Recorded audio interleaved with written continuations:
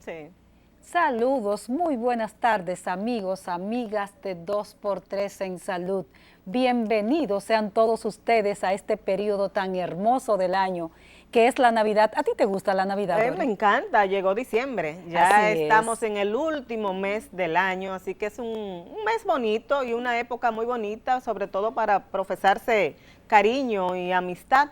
Medio con cuidadito. Medio con cuidado porque estamos terminando este año 2021 y fue el año completo trabajando el tema de COVID-19 que al parecer, Tati, no está por irse. No, tenemos la nueva variante de la nueva Omicron, de la cual no se sabe demasiado, la comunidad científica está en la mira, aquí en el país siempre estamos en alerta, siempre estamos en vigilancia. Pero lo que sí queda claro de esa nueva variante con tantas mutaciones, 54, dijo ayer el doctor Robert Paulino, es el tema de la inequidad. Exacto. Muchos países se cogieron la vacuna, como quien dice, vamos nosotros a blindarnos. Exacto. Y los demás que se, ¿verdad? Sí. Y eso es lo que dice la OMS, que hubo mucha inequidad en la distribución el llamado que se hace a las naciones a ser más solidarias. Bueno, el presidente Abinader lo decía desde el principio, que había que ser más solidario porque se ha demostrado que si un país no logra vacunar su población, pues todos estamos en peligro porque una variante surge y esa variante enferma a esa población y se extiende rápidamente a los demás países. O sea, cada día nos demuestra de que no se puede ser individual, independiente en ese sentido, que las soluciones son colectivas y que lo que pasa en un país pues afecta a todas las naciones porque el surgimiento en Sudáfrica, que fue donde se descubrió por primera vez esta nueva variante, pues simplemente puso a temblar todos los estados y en alerta, no solamente desde el punto de vista de salud, sino también en lo económico. Sí, esa parte de la economía que ha sido tan golpeada. Yo diría que después de que pase toda esta pandemia, habrá mucho que escribir. Habrá gente que nos sucederá escribiendo sobre todo libros, porque aquí hay muchos capitales que se han hecho atentos a la pandemia en el mundo. Sí, ha habido las dos formas, unos que han perdido sus capitales y otros que ganaron muchos capitales, porque las grandes catástrofes, y vi que en un evento que cubriste tú, el profesor Leonel Fernández hizo una exposición magistral sobre la historia de las pandemias, desde el punto de vista de la literatura. Las diferentes plagas. Las diferentes plagas en el mundo, y la verdad que habrá mucho que ver de todo esto, porque en las pandemias, en las grandes catástrofes, sale lo bueno y lo malo. Sí. Sale la bondad y sale la maldad, sale el egoísmo también, y ha salido mucho de todo eso en la pandemia. Sí, lo hemos visto con esta pandemia y con las diferentes epidemias que hemos enfrentado. Así es. Se ha visto que ha salido todo eso y siempre se ha dicho que de las crisis o salen las grandes soluciones, pero también sale todo eso. Ahí se conoce realmente quién es quién. Y ese capitalismo salvaje, como dice el Papa Francisco, con cada día con más ganas de hacerse rico, de hacerse millonario, a costa de lo que sea. Así es. También esta semana recordamos que el día 1 de diciembre se conmemora el Día Mundial de Lucha contra el VIH-Sida.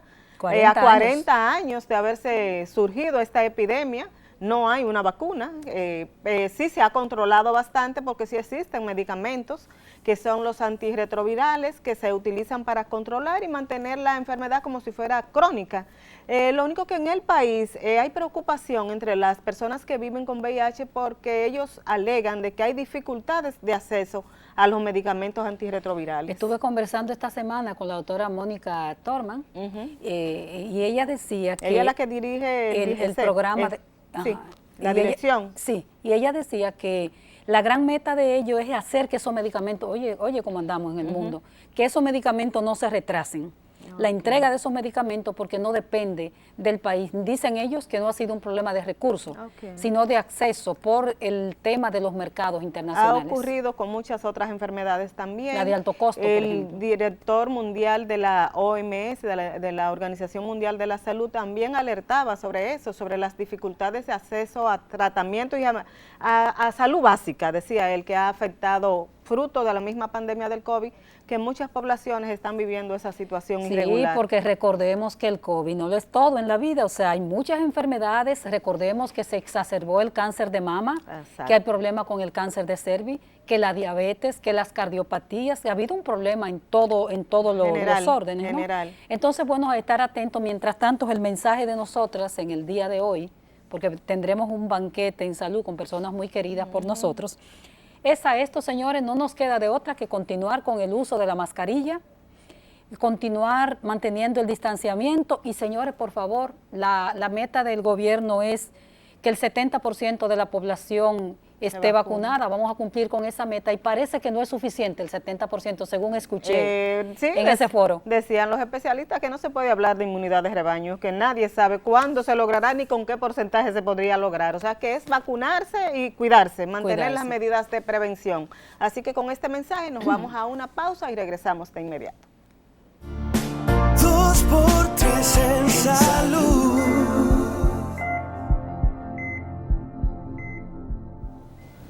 Gracias por seguir ahí acompañándonos como siempre cada sábado a esta hora.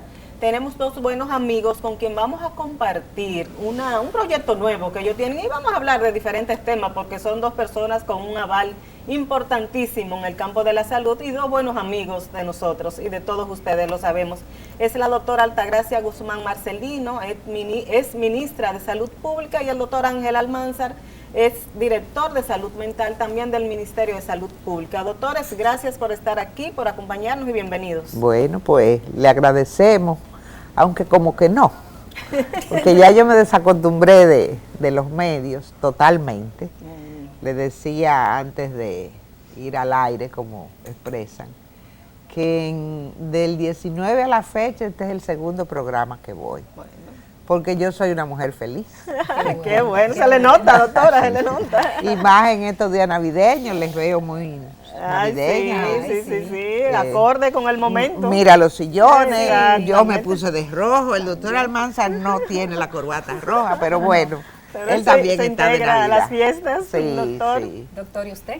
Yo muy contento de acompañarles de nuevo acá y dispuesto a charlar, conversar de todo lo que atañe básicamente a salud mental, que es mi fuerte. Así es. Y antes de entrarnos al tema de que en realidad es un resumen de un trabajo fuerte que se hizo durante la gestión de la doctora Guzmán, yo quisiera preguntarle a la doctora, ¿cómo se siente una persona que estuvo tanto tiempo metida en el servicio de salud, en los hospitales, en la gestión pública, y ahora está jubilada, doctora? ¿Qué hace usted? ¿Cómo se siente? Bueno, justamente, yo no sé, de seguro, Altagracia, que en algún momento yo te decía algo, porque cuando yo hablé con el presidente Medina en diciembre del 17, que me dice, cuando le pido la cita y me dice, ¿qué problema tiene? Digo, no tengo problema, vengo de usted a un tema personal. Y hace así, me dice, y le digo, presidente, yo comencé a trabajar en el 1968 como monitora de anatomía patológica en la UAS. Y a partir de ahí no dejé de trabajar en el Estado. Y me dice, pues usted va a tener 50 años el año que entra. Digo, a eso vine. O sea, ya eran 50 años, sí, Altagracia, y realmente yo digo que las personas tienen que jubilarse caminando. Sí.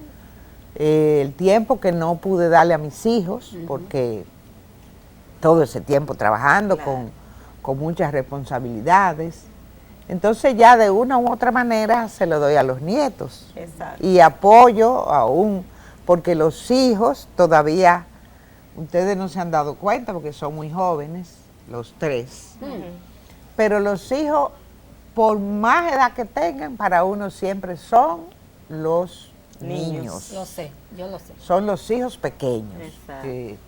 Así que yo tengo los dos varones primero, ya sus hijas y sus hijos están en la universidad, ya ustedes pueden ver.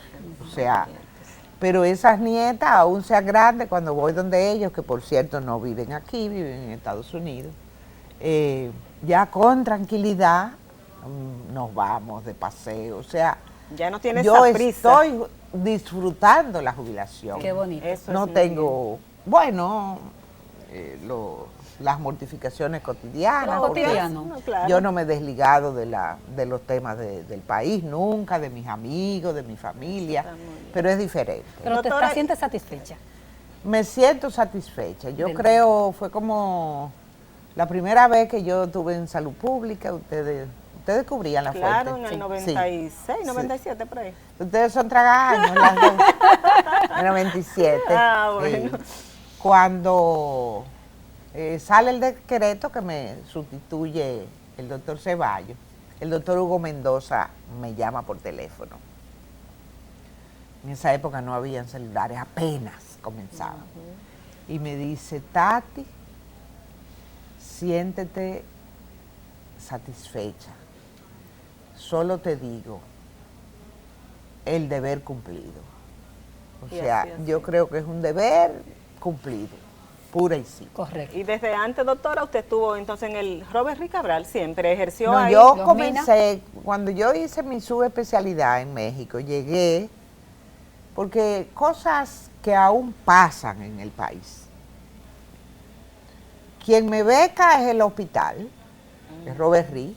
Cada año seleccionaban un residente y me mandan al Hospital Infantil de México a hacer la infectología. Cuando lo lógico es que El hospital te tenga. me tenga. Que incluso, de seguro ustedes no saben eso, pero es la primera infectóloga que llega, porque el hospital me mandó. Oh, ya. Pero el hospital no le crean la plaza. De las cosas del país. Entonces salió un concurso en el Hospital San Lorenzo de los Minas y voy donde el doctor Hugo Mendoza y el hospital me pagaba 125 pesos. Voy donde el doctor Hugo Mendoza y me dice, y le digo, mire, salió un concurso en el Hospital de los Minas, me voy. Y me dice, ¿pero cómo? Digo, sí, pero que tú no te sientes bien. Digo, no, pero que yo tengo que mantener 2 hijos. Exacto. Porque en ese momento yo no tenía compañero de vida. No estaba casada. De tal manera que me fui a Los Minas. Duré en Los Minas 6 años y luego salió un concurso en el Robert Rick para emergencia y llegué como encargada de emergencia y ya me quedé. Ya todo, por todo Hasta el que tiempo. entré a los cargos que ustedes saben. Perfecto. Sí. Y Ángel con su salud mental siempre salió de la dirección de salud mental, pero te quedaste, bueno, tu consulta privada, pero te quedaste siempre trabajando en pro de esa área. Sí, pero yo desearía aportar algo a este testimonio de la doctora Guzmán. Perfecto. ¿Cómo me conozco yo a la doctora Guzmán? Yo era el médico psiquiatra de la Cruz Roja Dominicana en los tiempos de la primera gestión de la doctora Guzmán. En Banco de Sangre tú no estuviste, Ángel, en Cruz Roja. Ligado a Banco de Sangre, porque sí, yo sí, fui a sí. trabajar a Cruz Roja el tema VIH-Sida, con el doctor Carlos Rodríguez, que era el infectólogo. Y se hacían pruebas, se sabía poco de VIH, pero había que tamizar. A propósito, fue el 40 años del VIH ese día 1 de diciembre. Sí, sí, exactamente, el día pasado. El miércoles. Bueno, el asunto es que yo estando en Cruz Roja, se da la condición para nosotros asumir la dirección de Cruz Roja. El país no lo recuerda mucho porque el país recuerda los escándalos. Sí, porque había mucho conflicto, sí. recuerdo yo, en ese momento. Sí, pero no fue exactamente ligado a la gestión. Perfecto. Bien, el asunto es que la doctora Guzmán era la secretaria de Salud Pública. Secretaria Se entonces. llamaba. Sí, sí. Exacto, yo era director de la Cruz Roja y bueno, viene un huracán que hizo mucho daño y había... George. Exacto, George. y había una especie de desencuentros con la defensa civil y nosotros desde Cruz Roja teníamos una posición de que había que preparar al país, viniera o no viniera el huracán. Exacto. Y estábamos solos nosotros en esto y la doctora Guzmán me manda a buscar y me dice, bueno, primero te voy a nombrar como mi asesor, $1 será tu salario. Sí, $1 será tu salario. Pero vamos a hablar con el presidente de la visión que tiene Cruz Roja de este problema. Bueno, ya se podría escribir un libro de eso, que ella no recuerda mucho, pero que yo sí tengo todo el bagaje y escribí en ese momento y tal. Ahí la conocí y nunca más la solté. Qué Nos bonito. soltamos. Muy Qué bien. bonito, qué bonito, bueno. Te agarraste muy bien, No, Ángel. no nos soltamos. Bueno. Bueno, dile, hazle la historia. Yo espero que no se nos vaya el tiempo. Ahora vuelvo, cuando volví al ministerio en el octubre del 14, Del 14. que vuelvo y te llamo. Bueno, pues Sí. esa historia nos la van a hacer ahora, porque nos vamos a ir a una pausa. Vamos a terminar de escuchar cómo estos dos personajes llegan a ser tan unidos y vamos a hablar de esto, que para esto lo invitamos Así también, es. para hablar de su, Sí, de su libro. que nos llevamos de las anécdotas y no Sí, terminamos. Volvemos así ahora. que regresamos en un momentito. 2x3 en salud.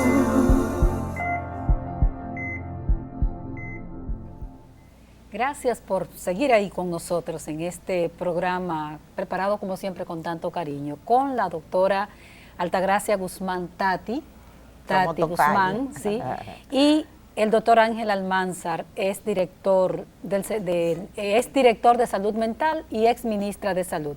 Y estamos en esa parte anecdótica antes de entrar al tema profundo de hoy, que es la salud mental y un trabajo que ellos hicieron.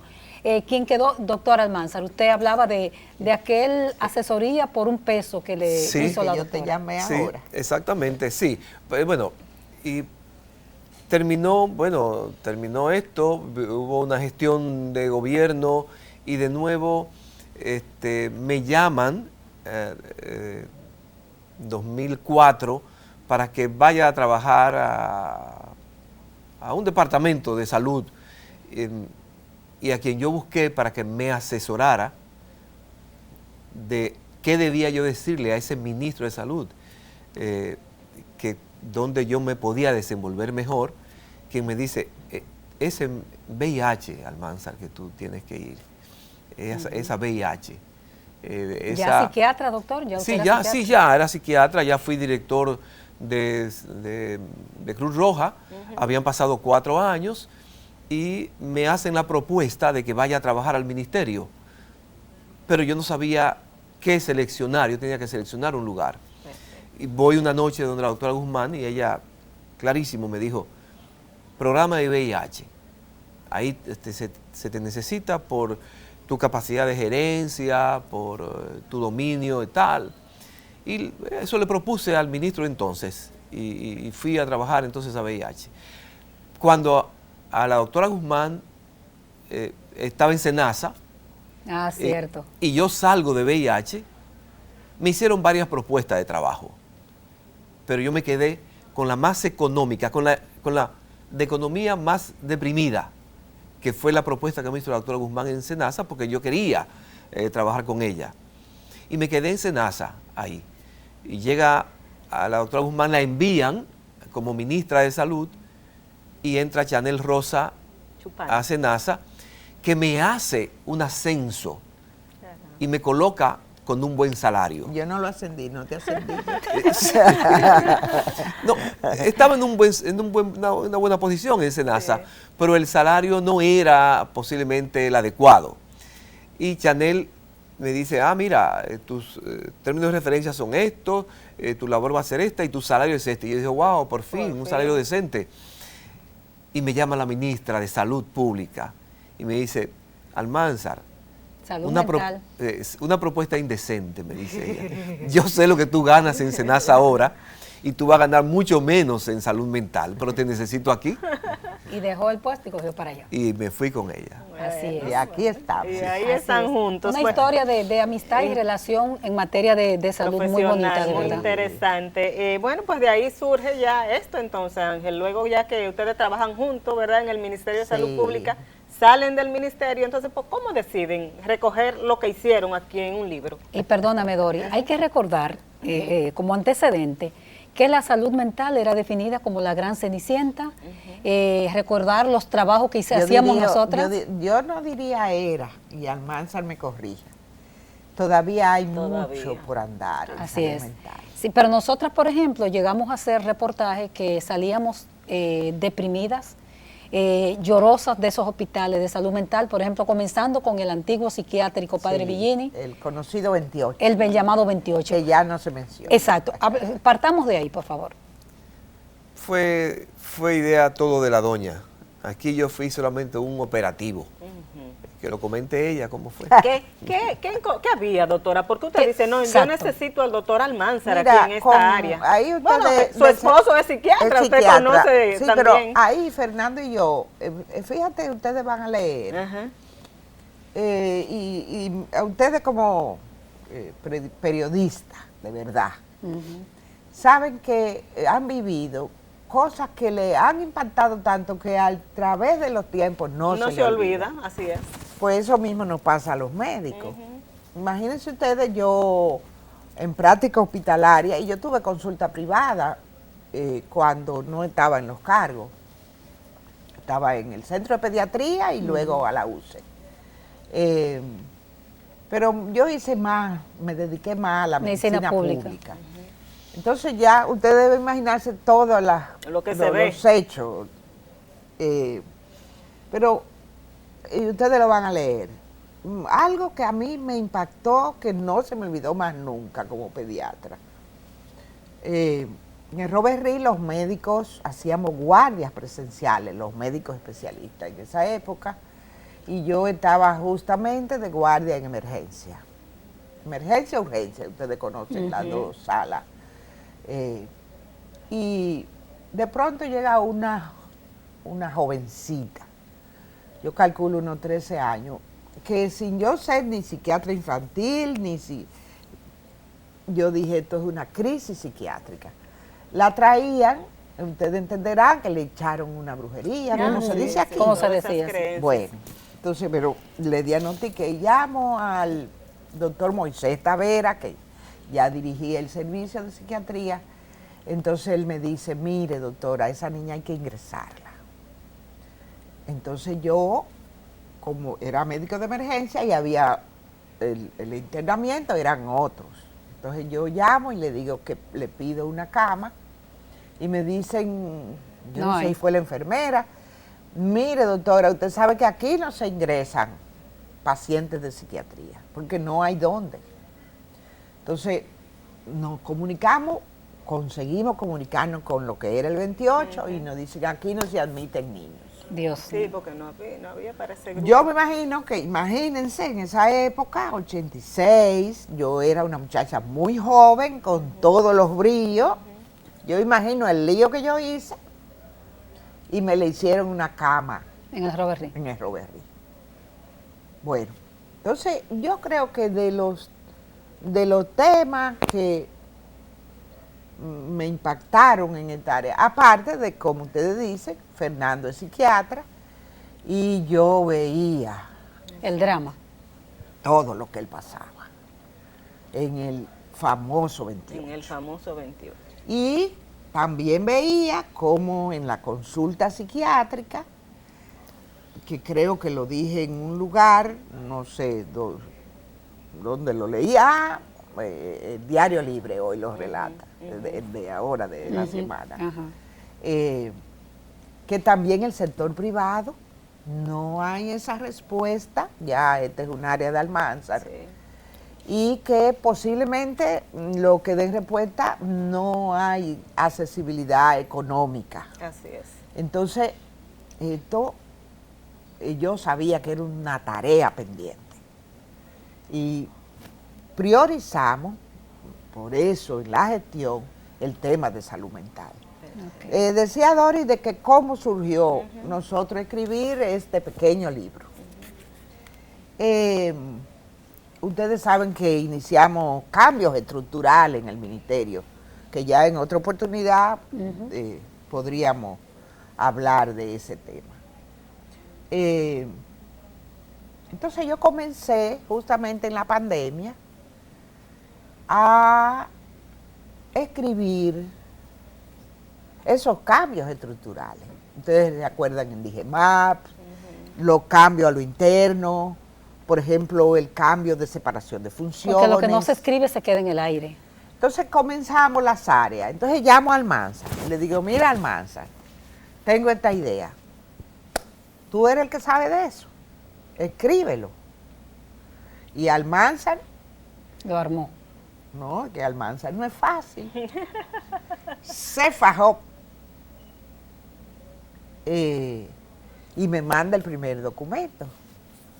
Le paso a Carlos Rodríguez, me corrige estilo. Eso fue comenzando la pandemia. Nada, y tengo ahí Almanzar en mi archivo. Esperando, por ejemplo, que Karina, yo espero que Karina esté viendo este programa. Que se ponga en eso. Esperando que Karina me envíe, Evelyn, que dirige a las direcciones provinciales, me de las envió, diferentes áreas. donde hubo cambios transformaciones. Y a lo que me tocaba a mí, Perfecto. que era ya lo interno, lo Excelente. comencé yo a escribir. Un día, ahora, previo al Congreso de Psiquiatría, que recién se celebró en septiembre, estamos Fernando y yo así, en el área, tú conoces, Altagracia, en el área de estudio. Sí. Entonces yo veo que lo llama una colega de él, y amiga mía, de Santiago, que él le ha hecho el prólogo de un libro que ella iba a poner a circular en el Congreso de Psiquiatría. Experiencia de una psiquiatra. de una psiquiatra en el consultorio. Entonces yo me quedo pensando, digo, pero ven acá, Fernando, ¿de qué tú crees? Almanzar escribió eso ahí, Vamos a ahí yo ponerlo. lo tengo. ¿Qué tú crees de prepararlo? Y lo publicamos y lo presentamos en el Congreso. Me dice Fernando, pero por supuesto, muy bien. Digo, ¿y habrá tiempo de ponerlo en el Programa. programa? Y dice Fernando, digo, tú eres amigo de la presidenta. Y Fernando, hay tiempo. Nada, ahí mismo me puse Bueno, se activó de una vez. y surgió. Ay, qué interesante. Pero sería importante, Tati, y en este caso, para que el doctor Almanzar nos diga qué fue, porque esto es lo que se recogió, pero qué fue lo que hicieron ustedes, vamos a recordarlo. Sí, ¿Cuáles fueron esos encontraron? cambios estructurales que ustedes hicieron? lo primero es que un modelo de salud mental no funciona fuera del modelo de salud del país cual que fuera. Y había que tener la visión de integrar los servicios de salud mental en los servicios públicos de salud. Primera visión. Y esa visión tenía que ir unida a dos elementos. Un enfoque en salud mental comunitaria, que lo podemos explicar, y un enfoque en el respeto a los derechos de las personas que tienen alguna condición mental. Eso había que trabajarlo mucho. Sí, y por eso se tenía que acompañar de otros elementos importantes, como cuáles. Había que desmontar el manicomio.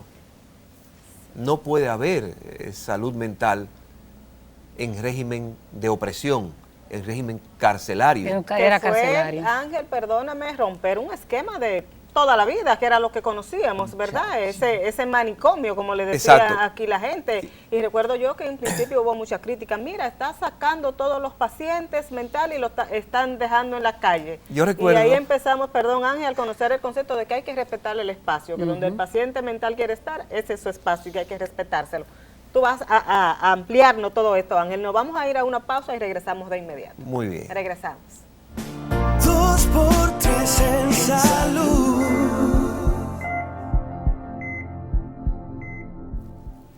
Continuamos esta conversación con el doctor Ángel Almanzar, psiquiatra, y la doctora Altagracia Guzmán Marcelino, Tati.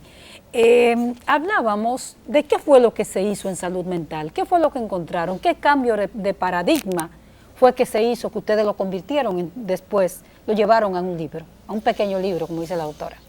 Sí, bueno, entonces el enfoque en salud mental comunitaria, el enfoque en respeto a los derechos de la dignidad de las personas, insertar todo el servicio de salud mental en los servicios de salud de los hospitales como un servicio más, como cardiología, como cualquier servicio. Ahí surgen las unidades de intervención en crisis. Exacto, entonces para poder darle respuesta a las crisis de salud mental, teníamos que tener cerca de la comunidad quien diera la respuesta. Teníamos que terminar con que si en Pedernales ahora mismo entraba una persona en una crisis de salud mental, había que salir corriendo para el 28. Sí.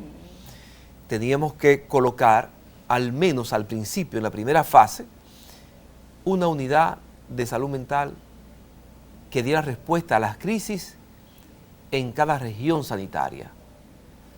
Bueno, pues Barahona, San Juan de la Maguana, Valverde Mao, Puerto Plata, Santiago, La Vega, San Francisco de Macorís.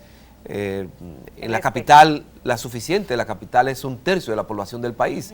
En el este, en el MUSA de San Pedro de Macorís, para que hubiera camas para respuesta a crisis de salud mental. Y psiquiatras. Obviamente, y psiquiatras y psicólogos, capacitados, y que entraran por las emergencias de estos hospitales, porque en una de las pocas unidades de intervención en crisis que había, la del Moscoso Puello, histórica, el paciente de salud mental tenía que entrar por atrás, no entraba por el triaje. Lo cual implicaba un estigma y una discriminación enorme. Sí, porque ese es el gran problema, que todos nosotros, la sociedad misma, estigmatiza y discrimina sin darse cuenta. Recordemos que los escondían, o los esconden todavía. Sí, todavía. Sí, entonces, o lo niegan. O lo niegan. Pero la transformación fue mucho más allá. La transformación fue capacitar a los médicos, enfermeras y al que tiene el policía, que tiene el palo, el garrote en la puerta de las emergencias, para que entraran estas personas con una condición mental de crisis al hospital por la emergencia, Son detalles pequeños. Y pero a los directores. Sí, los directores de hospitales. Exacto. Esa alta política teníamos que trabajarla desde el despacho. Yo visitaba a la ministra todos los días y a unas horas imprudentes, digo yo, porque ella me llamaba a las 7 de la mañana cuando yo iba a salir a trabajar. Me decía, Almanza, tú llegaste ya, doctora, voy a llegar en 15 minutos. Entonces, pero... O a las 7 de la noche. O a las 7 de la noche, igual, sí. Entonces, esa constancia, ¿verdad?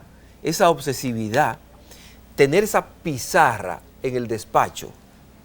Ella, la doctora Guzmán, tenía esa pizarra en el despacho con las tareas pendientes. De ese renglón. Y yo decía, pero esta señora tiene el mundo entero encima, dengue.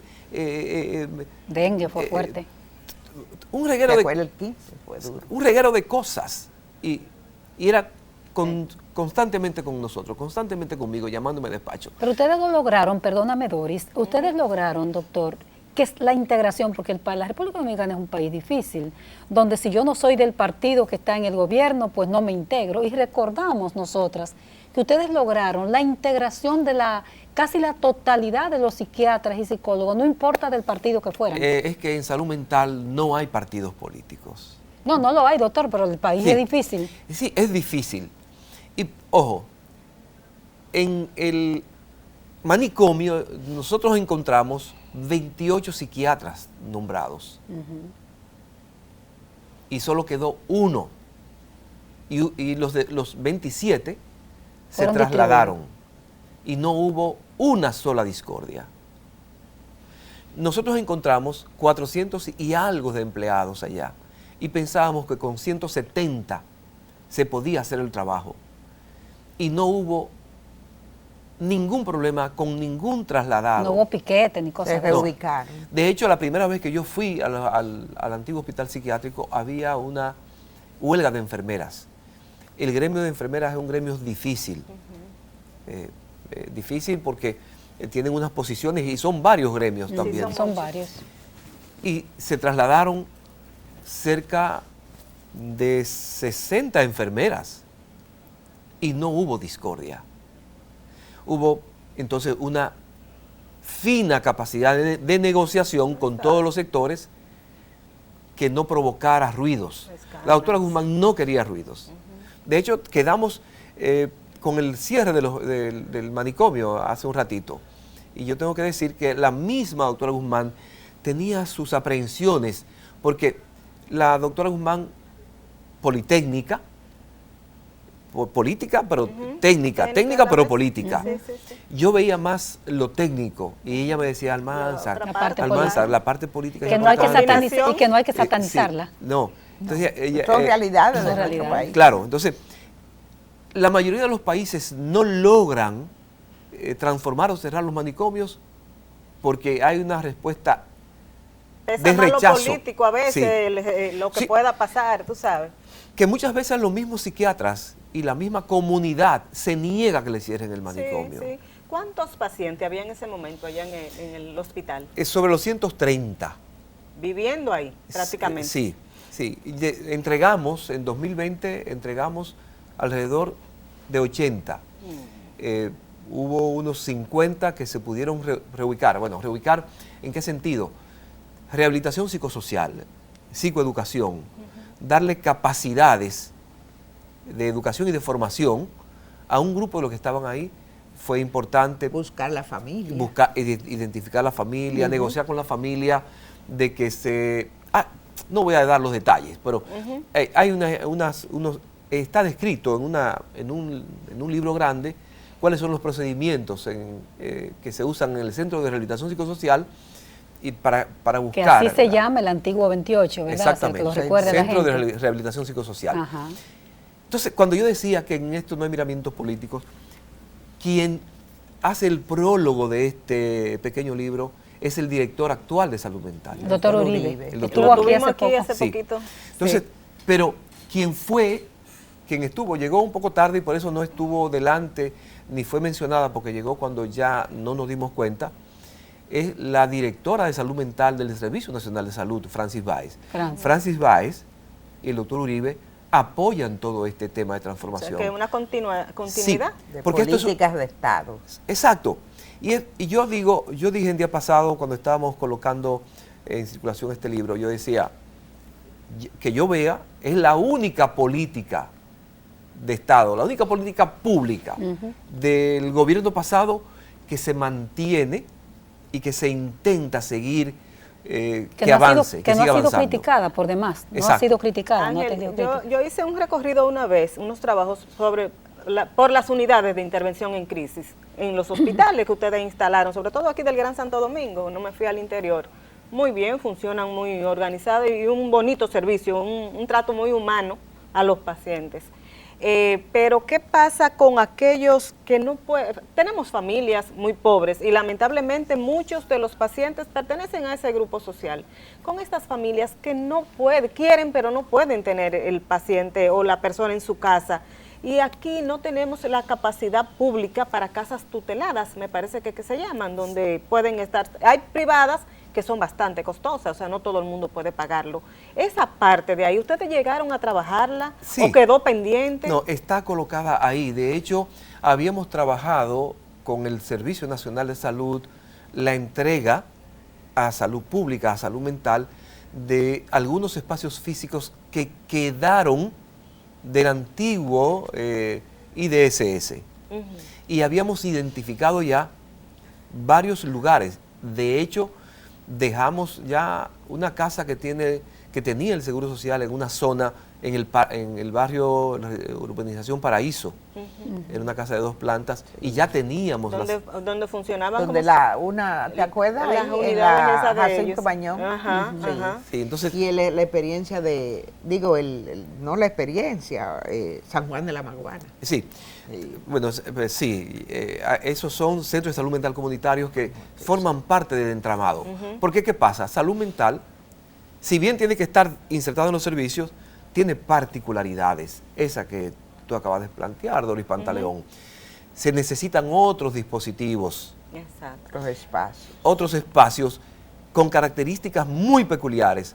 Un centro de salud mental comunitario es un espacio para un territorio de 250,000 personas que trabaja con 5, 7, 10, 12, 15 unidades de atención primaria que se reportan a ese centro de salud mental comunitario. Perfecto. Pero necesitamos las viviendas tuteladas o los hogares de paso.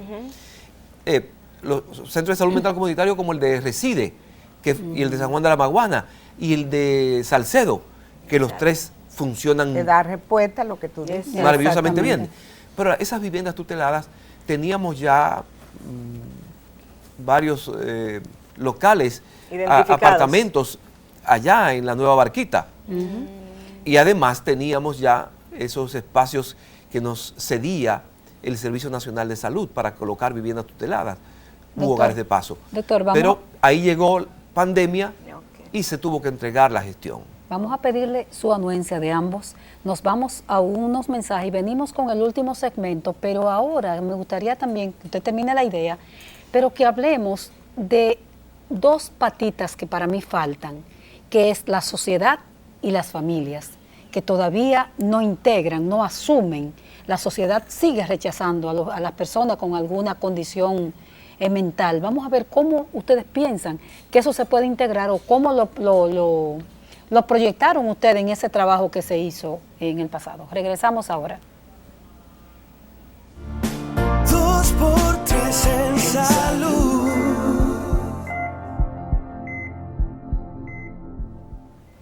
Seguimos conversando con los doctores Altagracia Guzmán y Ángel Almanzar. Estamos hablando de salud mental y todo ese cambio, esas transformaciones que se hicieron durante la gestión. Ángel, terminamos la idea de las casas tuteladas, porque te decía que hice un recorrido una vez, unos trabajos, y sé que son muy costosas cuando es a nivel privado y que en salud pública, a nivel público, hay muy poco espacio de esa naturaleza.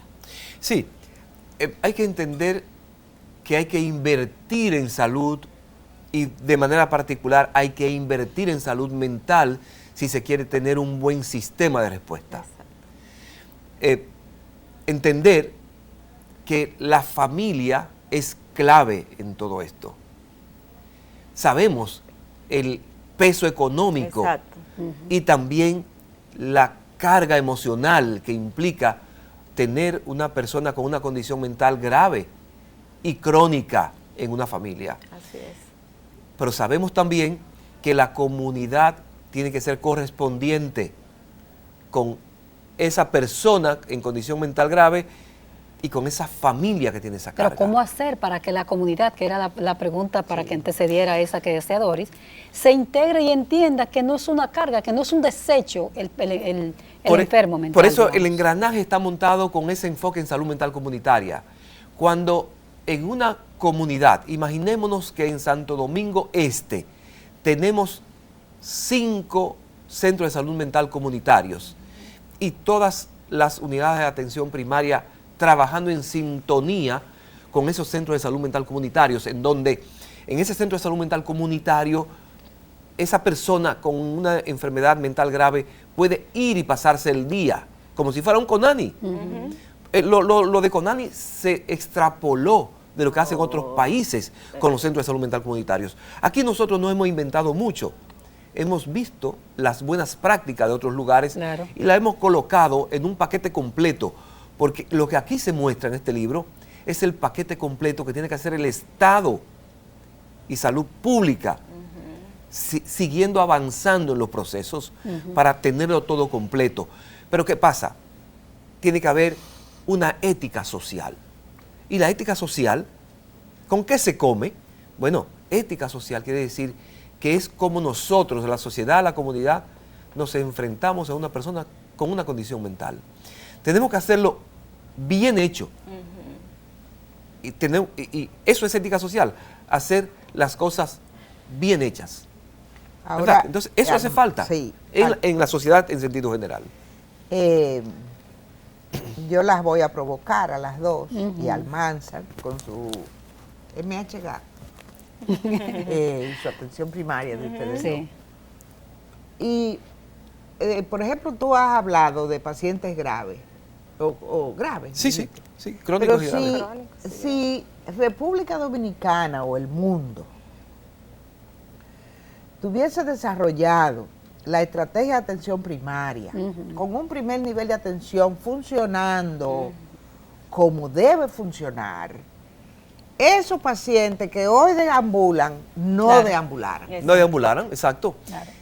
Las mismas... Son captados ahí mismo, tempranamente, y se comienzan, entonces, y se tratan. Que existan, que tengan accesibilidad a los medicamentos. Exactamente. Número 1, usted me corrige. Así mismo es, ahí la abajo. carga económica que hablaba. Entonces, ahí, esos equipos de salud familiar que dependen de esa unidad de atención primaria en salud, que cuando detectan en esa familia, concientizan a esa familia de que esa es una persona con condición mental, ejemplo, una esquizofrenia, y que no pueden dejar de darle el medicamento.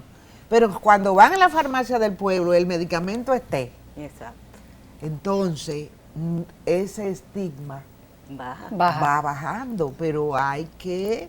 Que no se sienta sola esa familia, doctora, desamparada. Exactamente. MHGAP, sí. Y ustedes con su estrategia de la atención primaria que tanto se ha hablado de eso, por supuesto. Que sigue siendo el gran tema sin resolver. El gran desafío para...